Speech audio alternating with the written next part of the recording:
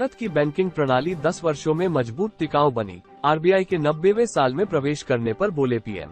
RBI के 90वें साल में प्रवेश करने पर पीएम मोदी ने देश की बैंकिंग व्यवस्था पर बड़ी टिप्पणी की है। उन्होंने कहा कि 2014 में जब मैं आरबीआई के 80 साल पूरे होने के कार्यक्रम में शामिल हुआ था, तब स्थिति बहुत अलग थी। भारत का पूरा बैंकिंग क्षेत्र समस्याओं और चुनौतियों से जूझ रहा था। हर कोई भारत की बैंकिंग प्रणाली की स्थिरता और भविष्य को लेकर संशय में था। गडकरी ने भारत में पेट्रोल डीजल वाहनों को खत्म करने का लिया संकल्प। हाइब्रिड कार पर कही यह बात। भारत को हरित अर्थव्यवस्था बनाने की अपनी महत्वाकांक्षा के तहत केंद्रीय मंत्री नितिन गडकरी हाइब्रिड वाहनों पर जीएसटी को कम करना चाहते हैं और उन्होंने देश को 36 करोड़ से अधिक पेट्रोल और डीजल वाहनों से पूरी तरह से मुक्त करने का संकल्प लिया है। जेल में केजरीवाल ने 3 किताबें मंगवाने का किया अनुरोध। 15 दिन की न्यायिक हिरासत बढ़ने पर रखी डिमांड।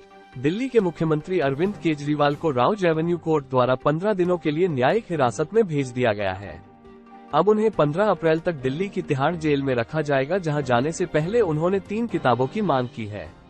इसके चलते केजरीवाल ने अपने वकीलों के जरिए एक याचिका दायर की है, जिसमें उन्होंने इन 3 किताबों की मांग को कोर्ट के सामने रखा। आपको जानकर हैरानी होगी कि इन 3 किताबों में भगवद गीता, रामायण और वरिष्ठ पत्रकार नीरजा चौधरी की किताब हाउ प्राइम मिनिस्टर डिसाइड शामिल है। दिल्ली विधानसभा में नारेबाजी के बाद बैठक 8 अप्रैल तक स्थगित। दिल्ली विधानसभा की बैठक सोमवार को आम आदमी पार्टी, आप और भारतीय जनता पार्टी भाजपा के सदस्यों की नारेबाजी के बीच 8 अप्रैल तक स्थगित कर दी गई। आप विधायक राजेश गुप्ता ने भाजपा पर आबकारी नीति मामले में एक आरोपी से चुनावी बॉन्ड के जरिए 60 करोड़ रुपए वसूलने का आरोप लगाया और भाजपा से इस पर जवाब मांगा। भारत 2024 में होगी G20 देशों में सबसे तेजी से बढ़ने वाली अर्थव्यवस्था। भारत 2024 में G20 देशों में सबसे तेजी से बढ़ने वाली अर्थव्यवस्था होगी। पिछली 3 तिमाहियों में भारत की अर्थव्यवस्था Q1 में 7.8%, Q2 में 7.6% और Q3 में 8.4% की दर से बढ़ी।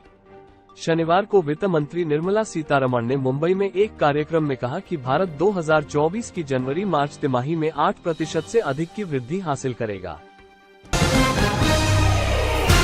मार्च में 1.78 करोड़ रुपए का जीएसटी कलेक्शन, सालाना आधार पर 11.5% बड़ा आंकड़ा।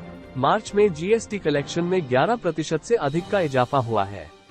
वित्त मंत्रालय ने कहा है कि वस्तु व सेवा कर जीएसटी संग्रह मार्च में सालाना आधार पर 11.5% बढ़कर 1.78 लाख करोड़ रुपए पर पहुंच गया है। वित्त मंत्रालय के अनुसार यह अब तक का दूसरा सबसे बड़ा जीएसटी कलेक्शन है। शेयर बाजार में हरे निशान पर क्लोजिंग। सेंसेक्स 363 अंक चढ़ा, निफ्टी 22,475 के पार।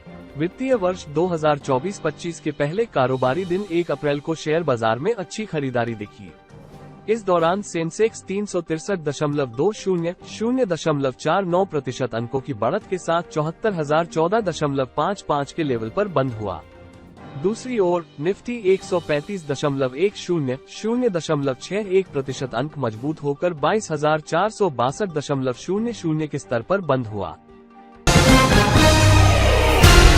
दिल्ली के कप्तान पंत पर लगा भारी जुर्माना, निलंबन का भी खतरा मंडराया।